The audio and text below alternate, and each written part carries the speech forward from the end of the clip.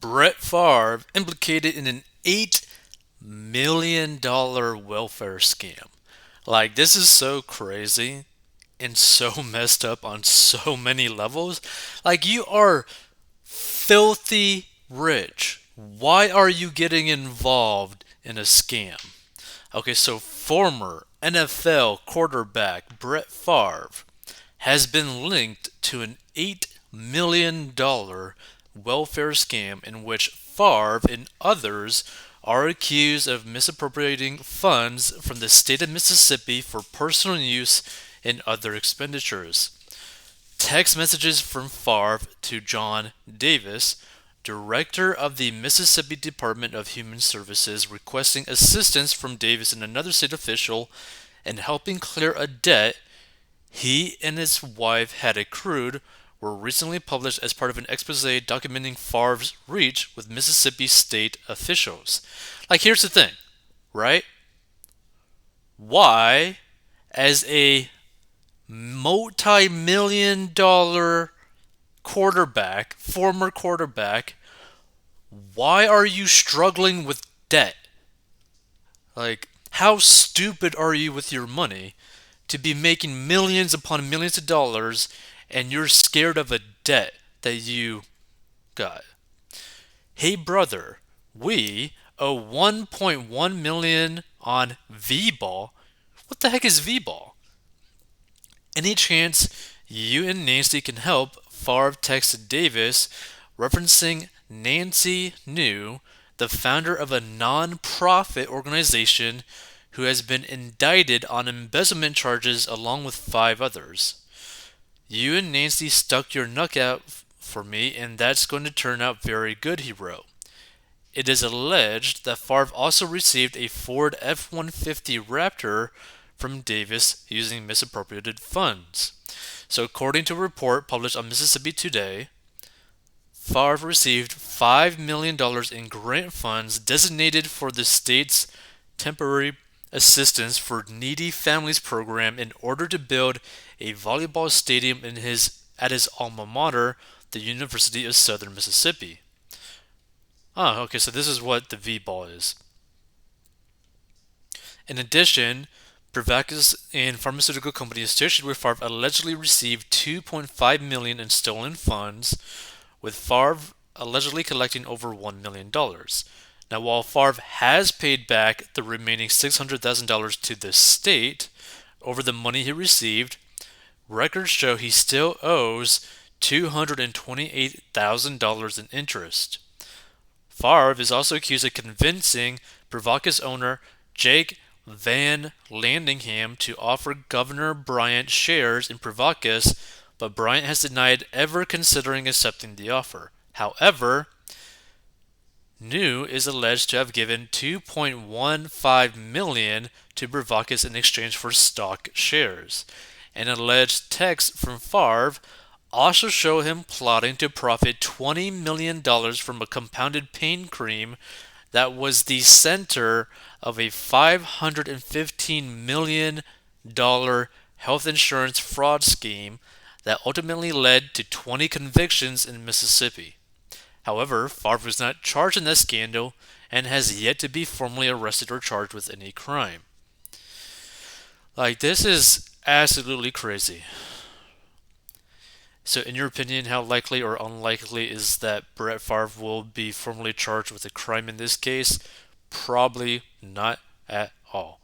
So, actually, let's check out some of these comments.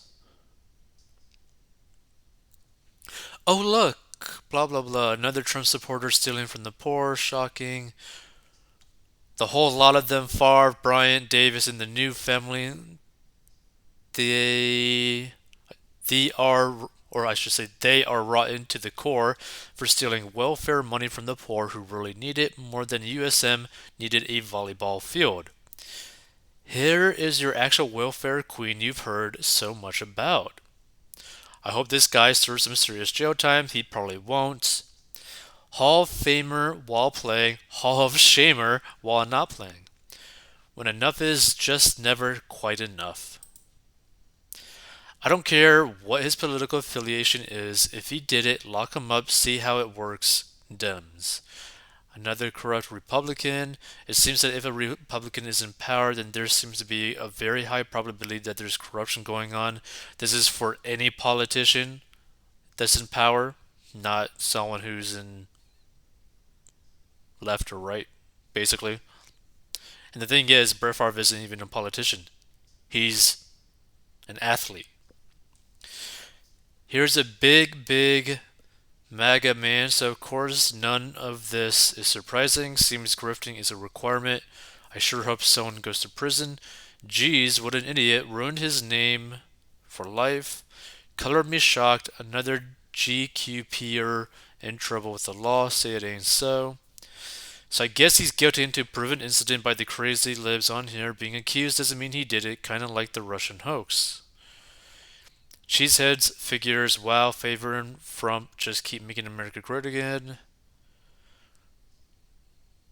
Well, at least he isn't sending pics of his member anymore. Okay, well, that's interesting. And this is the thing that, like, really, I just don't understand, right? It's like, why is he even doing this? Like, I mean, he still owes that $228,000, which he needs to pay off. But, like, let's just type it in, right? Brett Favre net worth. Uh,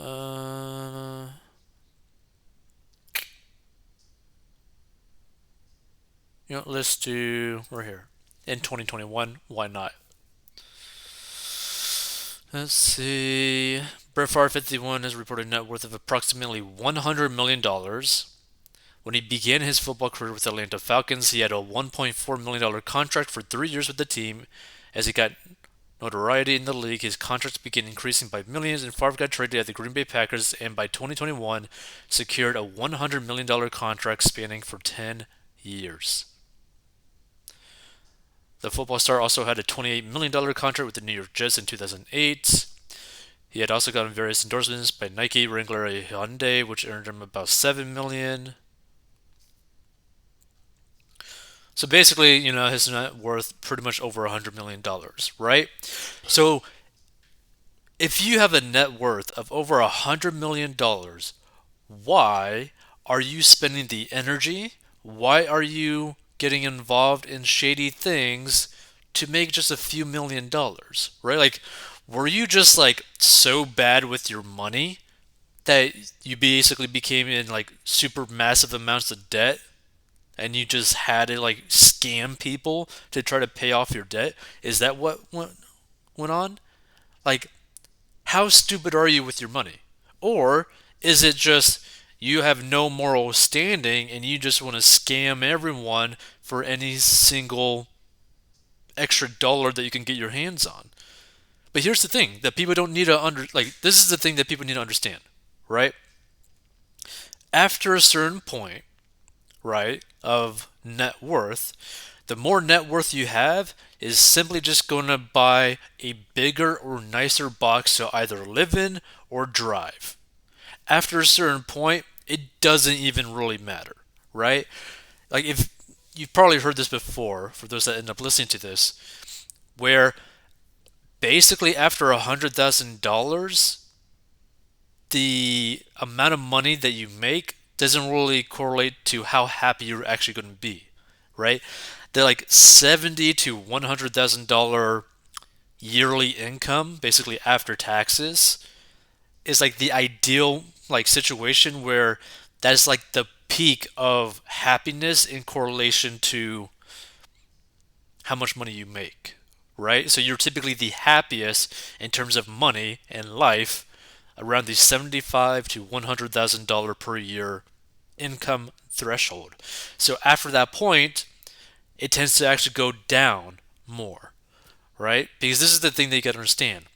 There's not really that much more that you can necessarily do in terms of like changing your life, getting extra stuff in your life that you can't do within the $75,000 to $100,000 zone, right?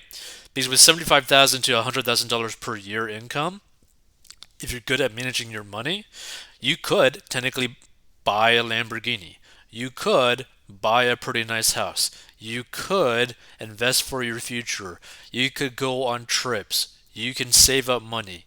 You could invest money for retirement, right?